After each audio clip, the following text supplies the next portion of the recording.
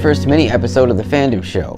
I'd originally planned to do several different series of mini episodes, but I think instead I'm just going to stick to this format where every so often I'll do a mini episode instead of having it be, different series for movie reviews and video game reviews and, new products coming out, things like that. I'm just going to do mini episodes when I feel like doing them. So this is going to be the first one. I think it's going to be fun, so here we go. Today's episode is a video movie review on the movie Solo, a Star Wars story.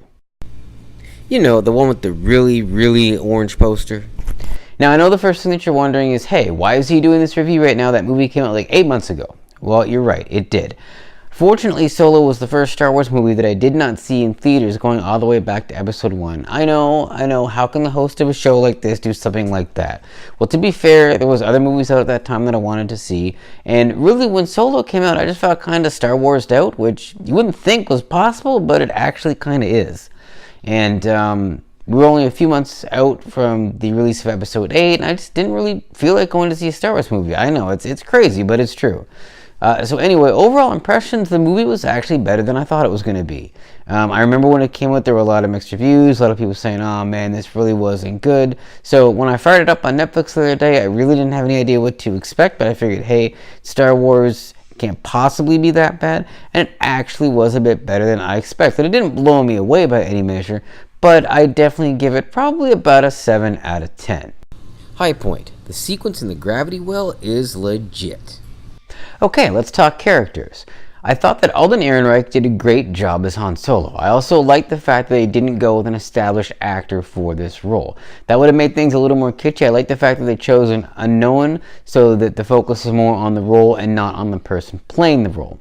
I also like the fact that he didn't do a straight Harrison Ford impression. He took the character and made it his own thing. That said, I also noticed that a few of his vocal inflections were very Harrison Ford-esque, which is good because you want that kind of continuity in character. So the building blocks were there, but he didn't go overboard with it. It was not an impression. He did put his original spin on the character, and I thought on an overall basis did a pretty good job with it. I actually quite enjoyed it. Remember, never tell them the odds. Then we move on to Lando Calrissian. This character generated some controversy when the movie first came out because actor Donald Glover openly admitted he played Lando as gender fluid, meaning he wasn't quite straight, he wasn't quite gay, he wasn't quite transsexual, he was just kind of somewhere in between. Now, in watching it, I could kind of tell that's what he was going for, but it wasn't too obvious or laid on thick. Obviously, sexuality is something that's never been huge in the Star Wars universe, and thankfully that history was maintained in Solo. But I did think Glover did a very good job with the character, and I did think the characterization fit what we've come to know of Lando Calrissian. One thing I thought was kind of weird was his whole relationship with his co-pilot slash droid thing that was going on there. I don't even really know what to make of that. At first I liked it, then I thought, this is kind of weird, and by the end I was like, okay, I've had enough of this, I just want this droid to die already. I mean, come on, what could possibly be shady about this guy? One highlight of the movie for me was Woody Harrelson. I'm actually a big Woody Harrelson fan. I've loved him in a lot of the things that he's done. He's very versatile as an actor, more than you might think for a guy that got his start on a show called Cheers.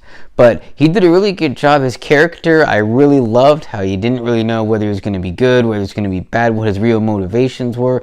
I thought I had him pegged a couple of times. I didn't.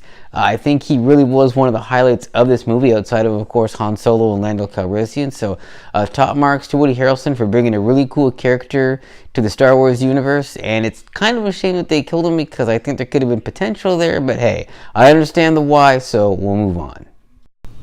Where the Empire knows your name, boom, boom, boom, and they're never glad you came. I'm sorry, I had to do that. And then, of course, was the biggest surprise of them all, Darth Maul. Wow, I did not see that one coming.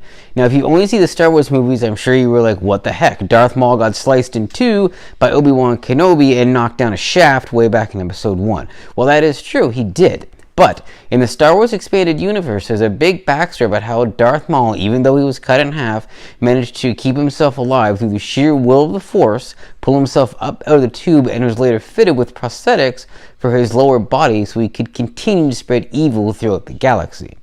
My only disappointment about it in the Solo movie was that it wasn't expanded on at all. It was just that one appearance, and so it's kind of unclear where they're going to go with it, but I'm totally down for more Darth Maul in Star Wars because I think that he's one of the most underused Sith Lords of all time. I mean, look at this guy. That's a villain right there. One of the things that I liked about the movie was that they did go to great lengths to retcon something that was a mistake in the original Star Wars movie. In the original movie, Han Solo boasts of the Millennium Falcon having made the Kessel Run in 12 parsecs. Well, anybody who knows science knows that a parsec is a measure of distance and not speed. That's like saying, I made it to the convenience store today in 12 miles. So it didn't really fit. But what they did in the movie is the traditional distance of the Kessel Run was 20 parsecs. They had Han Solo find a shortcut to make it in only 12.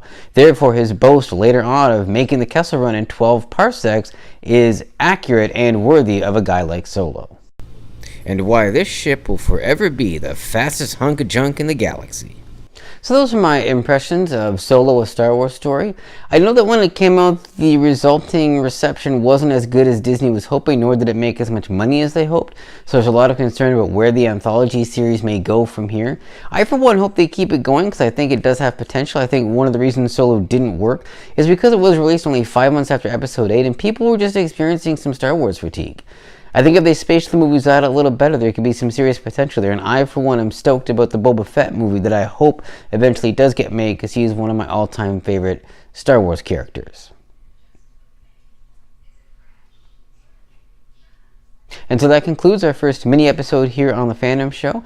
I do thank you for joining me on this review of Solo: A Star Wars Story. I hope you had as much fun as I did. Coming up next, we're going to be moving back into our full episodes, and we're getting away from spaceships and laser beams and taking it to the jungle with some dinosaurs, as we're going to be talking about Jurassic Park. I'm very excited about that one. I hope you are too. As always on the Fandom Show, I will see you next time, and thanks for watching.